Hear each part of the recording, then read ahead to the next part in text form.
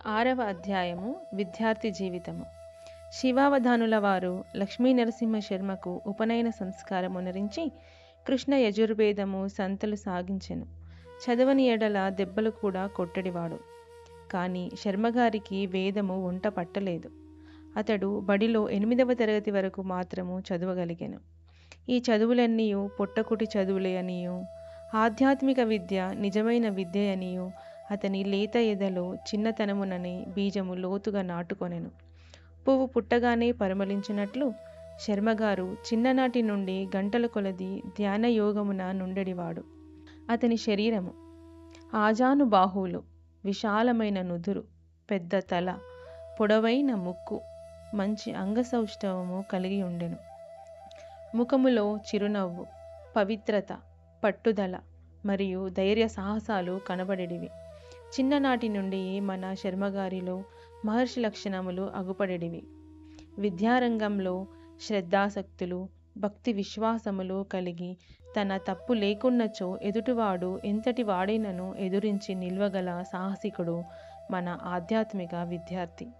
అన్నింటికంటే ముఖ్యము మొండి పట్టుదల. తాను అనుకున్నది సాధించి తీరగలడు. యువకులలో సహజముగా నుండు క్రోధము స్వామిలో కాస్త ఎక్కువగానే ఉండేది. అయినా అతని పలుకు ఎంత వజ్రకఠినమో హృదయమంత కోమలము మరియు వెన్న వంటిది. శరీరము ఆరోగ్యముగానున్న మనసు ఆరోగ్యముగానున్న మేధాశక్తియును పెరుగును. అప్పుడు చదువులు సాధనములు చక్కగా సాగును గదా. బాల్యమున శర్మగారు ఆటపాటలందు చదువు సంస్కారములందును మంచి నేర్పరి మరియు చిన్ననాటి నుండి అన్యకాంతలను తల్లిగా భావించుచుండెడివాడు. శర్మగారి తల్లి అన్నపూర్ణమ్మ ఎవడు ఎప్పుడు వచ్చినను లేదను మాట లేనే లేదు. ఆ తల్లికి రామదాసు కీర్తనలు, దాశరథి శతకము కంఠస్థం. ఆ సాధ్వీమణి తన చివరి రోజులలో జ్వరముతో మూలుగుచున్నను ఏ తీరుగనను దయచూచెదవో ఇనవంశోత్తమ రామా, నాతరమా భవసాగర మీదను నలినదలేక్షణ రామా అంటూ బిగ్గరగా రామనామ సంకీర్తనము చేయుచు అసువులు బాసెను. తన కన్న తల్లికి శర్మగారు తన సోదరులతో కూడా ఉత్తరక్రియలు జరిపెను. బ్రహ్మవంశములో పుట్టినను వ్యవసాయము, కాయ కష్టము చేయుటలో మన శర్మగారు రైతులతో తీసిపోరు. ఒక మల్లుని శరీరము వలె కండలు బలసి చూడముచ్చటగా నున్న మన శర్మగారు బలిష్టమైన ఒక ఆబోతు కొమ్ములు పట్టి దానిని అలవోకగా క్రింద పడవేయును. అతడు 120 కిలోల బియ్యపు సంచిని తేలికగా వీపుపై వేసుకొని మోసుకొని పోయేవాడు. ఒకసారి స్వామిని ఒక ఎద్దు పొడిచెనట. అప్పుడు స్వామి దానిని కట్టివేసి తనకు అలుపు వచ్చునంత వరకు కొట్టెనట. అంటే స్వామీజీలో ఒక్కొక్కసారి క్రోధము అంతగా నుండెడిది. అయినను ఇవన్నీ చిన్నతనపు చేష్టలు కదా. 7వ అధ్యాయము గృహస్థ జీవితము. మన శర్మగారికి రూపవతి, గుణవతి అయిన విశాలాక్షమ్మ అను యువతితో వివాహము పెద్దల చేత నిశ్చయమైనది. వివాహ బంధము జీవితమున ఒక పవిత్రమైన బంధము. దైవజ్ఞుల వలన నిర్ణయించబడిన సుముహూర్తమున మన లక్ష్మీ నరసింహ శర్మ గారి వివాహము విశాలాక్షమ్మ గారితో జరిగెను. విశాలాక్షమ్మ గారు చక్కని సౌశీల్యము గలది. శీలము కవచము వంటిది. శీలము సంపద ఎవరికైనా వన్నె తెచ్చును కదా. అది లేనిచో ఎంతటి వాడైనను సమాజమునకు పనికిరాడు. ఆ ఇల్లాలు తన పతి మనసెరిగి మసులుకొనేది. పొల్లు మాటలాడేది కాదు. అతిథి అభాగ్యగతులకు తృప్తిగా భోజనము పెట్టునది. గురువులను, అత్తమామలను, పెద్దలను సేవించుచుండెడిది. వారి గృహస్థ జీవితము ఇతరులకు ఆదర్శవంతమై అలరారెను. శ్రీమతి విశాలాక్షమ్మ గారు వలపుల పంటగా కడుపు చెల్లగా ఒక పండంటి మగబిడ్డను కనెను.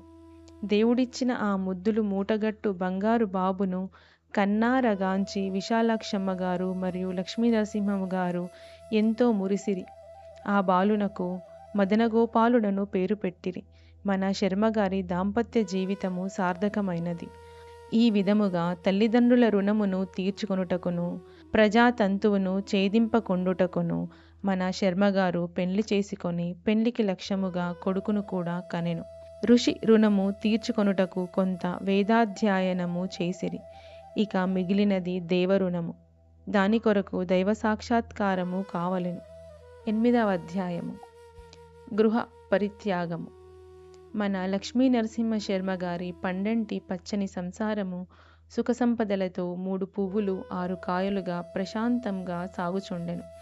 కానీ శర్మగారి హృదయములో నేవేవో జన్మజన్మల యోగ సాధనలు పుణ్య సంస్కారములు వెన్నుతట్టి మేలుకొలుపుచుండెను.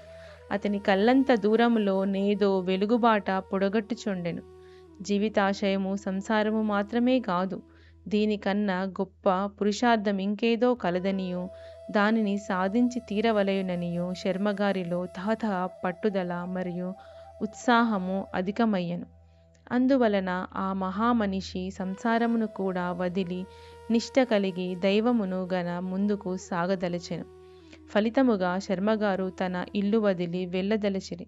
దానికి కారణములు గలవు. 1. ఒకనాడు మన శర్మగారు యమలోకమేగిరి. నల్లని భయంకరమైన యముడు చిత్రగుప్తునితో నితని పాపపుణ్యముల వివరములు తెలుపుమనెను. ఇతడు పాపములు చేసెను. సలసల క్రాగుచున్న నూనెలో నితనిని మరిగించవలయునని చిత్రగుప్తుడు పలికెను. మన శర్మగారికి గుండె దడదడలాడెను. వెంటనే శర్మగారికి భాగవతములోని ఆజామీలుని చరిత్ర జ్ఞప్తికి వచ్చెను.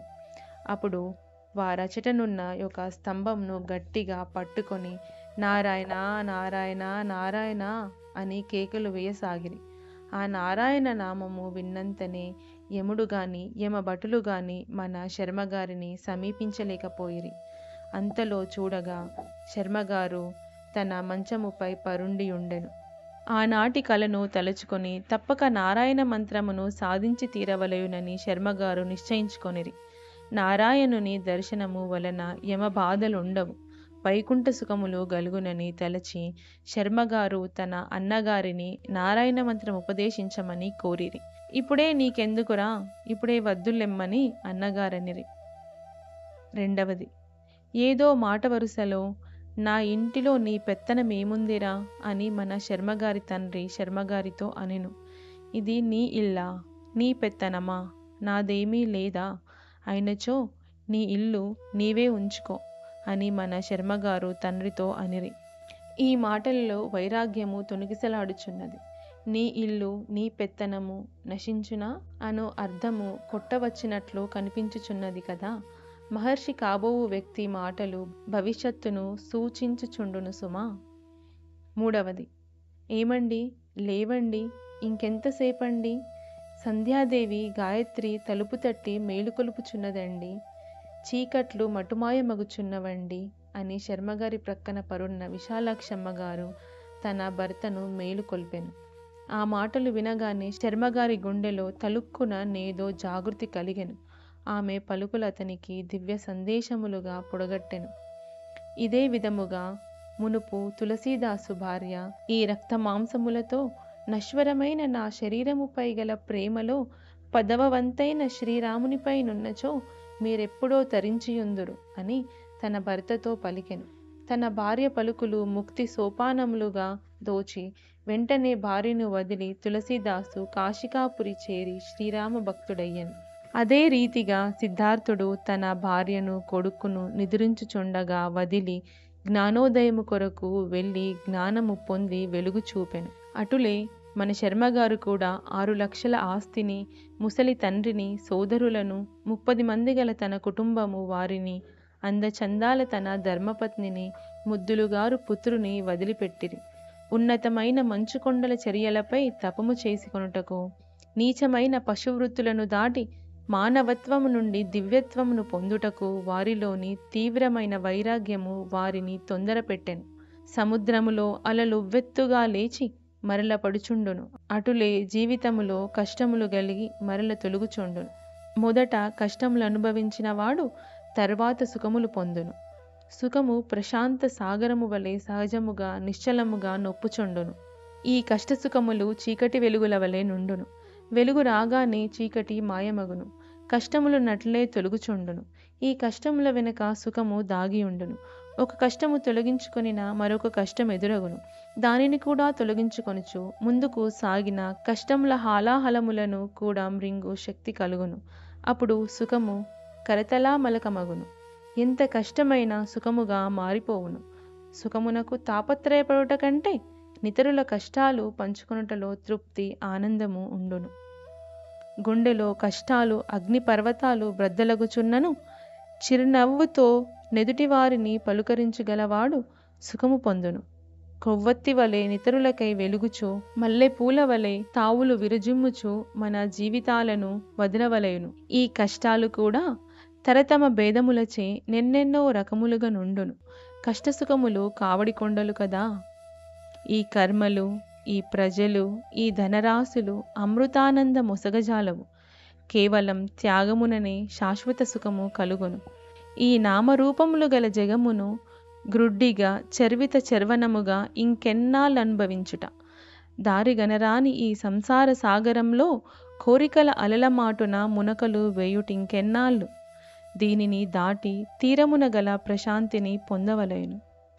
ఈ మన పవిత్ర భారతదేశమునందు జన్మించి పుణ్యం, తపము, త్యాగము, విజ్ఞానము, సిద్ధులు సంపాదించి దేశ సమగ్రత, సమైక్యత, సమానత, సౌభ్రాతృత్వము, నవ సమాజ నిర్మాణము, విశ్వ కళ్యాణమును చేయుటకు నేనెప్పుడంకితమగుదునా అని దివి నుండి వేల్పులు వేల కన్నులతో నెదురుతెన్నులు చూచుచుందురు అని ఈ విధముగా తలచి దైవ సాక్షాత్కారమునకు తగిన గురువును వెదుకుటకు నడుము కట్టి పిడికిలి బిగించి వజ్ర సంకల్పంతో మన లక్ష్మీ నరసింహ శర్మ గారు 2/8/1926 తేదీన తన ఇల్లు వదిలి ఉత్తర దిశగా చకచక పయనము సాగించెను. ఎవరికైనా తన తండ్రితో లేక భార్యతో వాద వివాదములు చెలరేగుచుండును. అంత మాత్రాన అతడిల్లు వదిలి వెళ్ళుటయేనా అంటే అందరూ అంత సాహసము చేయలేరు. వెనుకటి జన్మలలో జ్ఞాన వైరాగ్యములు కలిగి సిద్ధి పొందని వారే ఈ జన్మలో నట్లు చేతురు.